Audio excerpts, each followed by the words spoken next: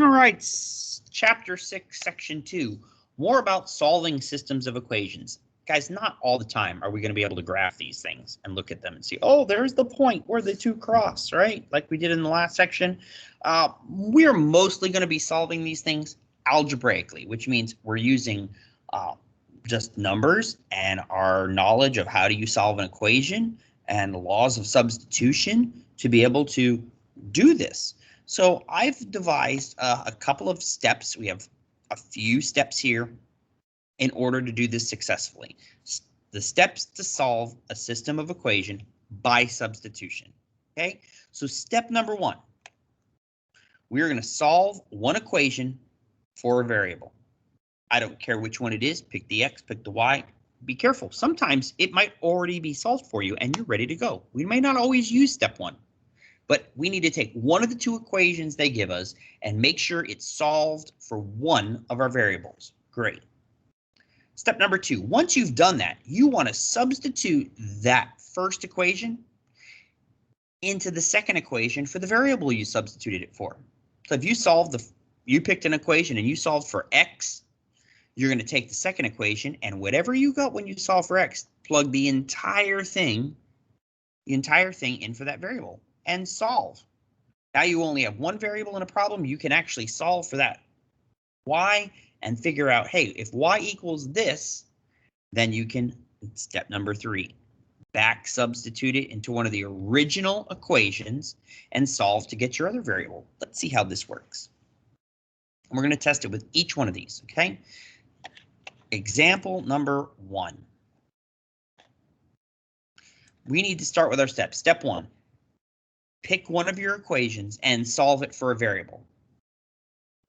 Look at this. Right now, I can tell you if you look at this one right here, it is already solved for y. Y is already by itself.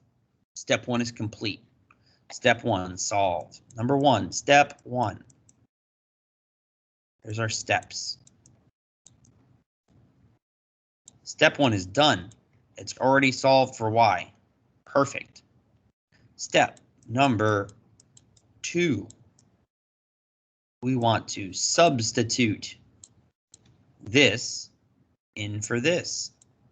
They're telling us that y is equal to 3x, so I'm going to replace this y with the 3x. Okay? That's the law of substitution at work.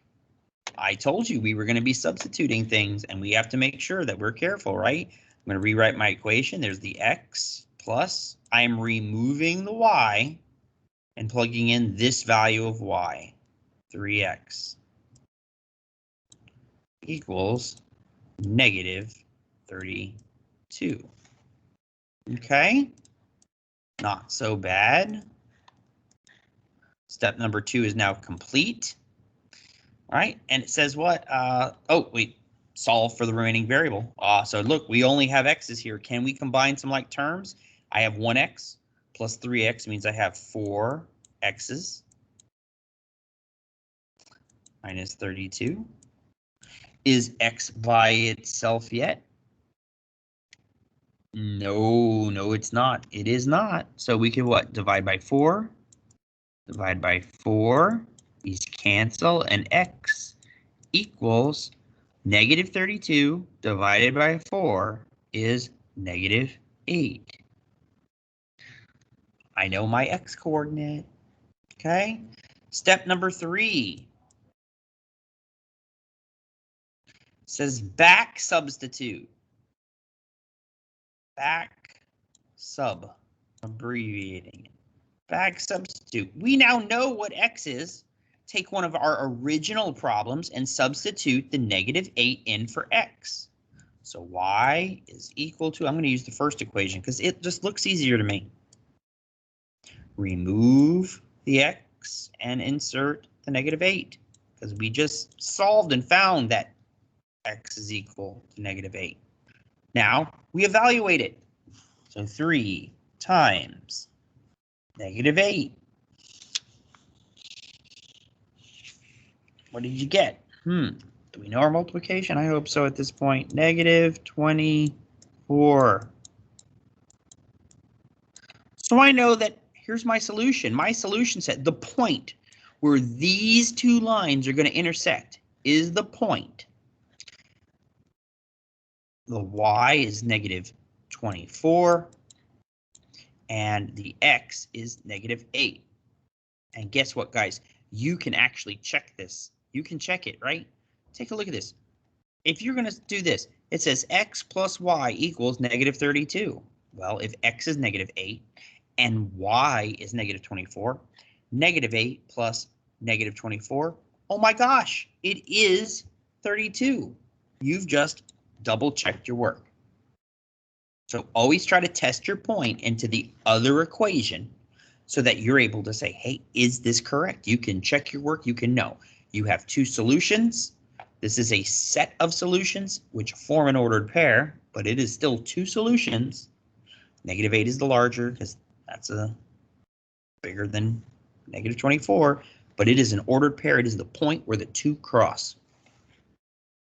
Let's look at this example here. Oh, look, here we go. Step 1. Number 1 for our steps is over here. Solve one of the two equations for a variable. Look at this. These are not solved. These are in standard form, if you remember that from section 5.5. They're in standard form, so we need to solve for a variable. I'm going to tell you, look, pick which one, doesn't matter. This is the easiest one to solve for, right? The y is already by itself. I'm going to add a 2x to both sides. This is going to give me what y is equal to 2x plus 3. Step 1 is done. I solved for 1. Step number 2 says we're going to now take this value of y and plug it into this. So rewrite our equation. 3x minus 2. Remove the y and insert all of this. 2x plus 3 equals 5. And just like that, guys,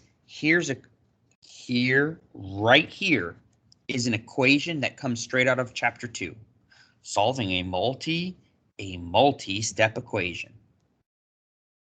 We have to distribute a negative 2. Distribute the negative 2. Bring down everything else. Notice we have some like terms. So 3x minus 4x is a negative x.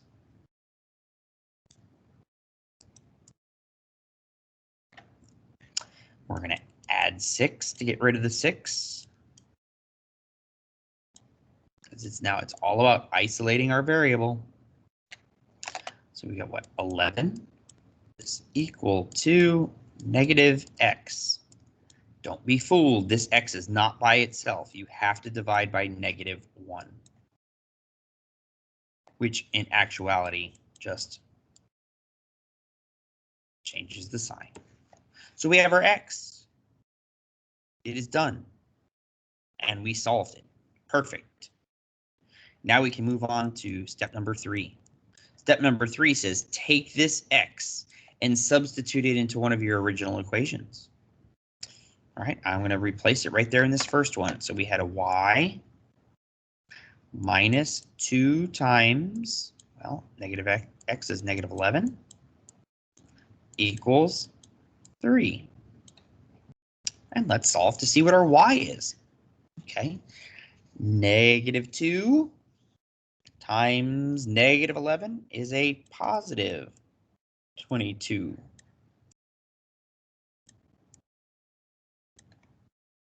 We're going to subtract 22.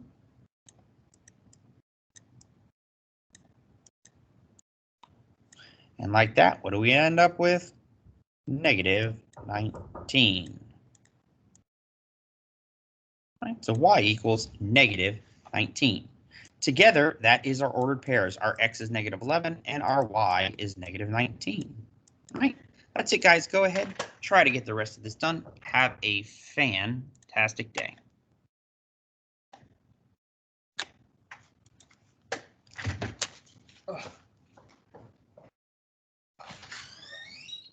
Hey, what's up? She what? She sent you an email. I was just recording a lesson.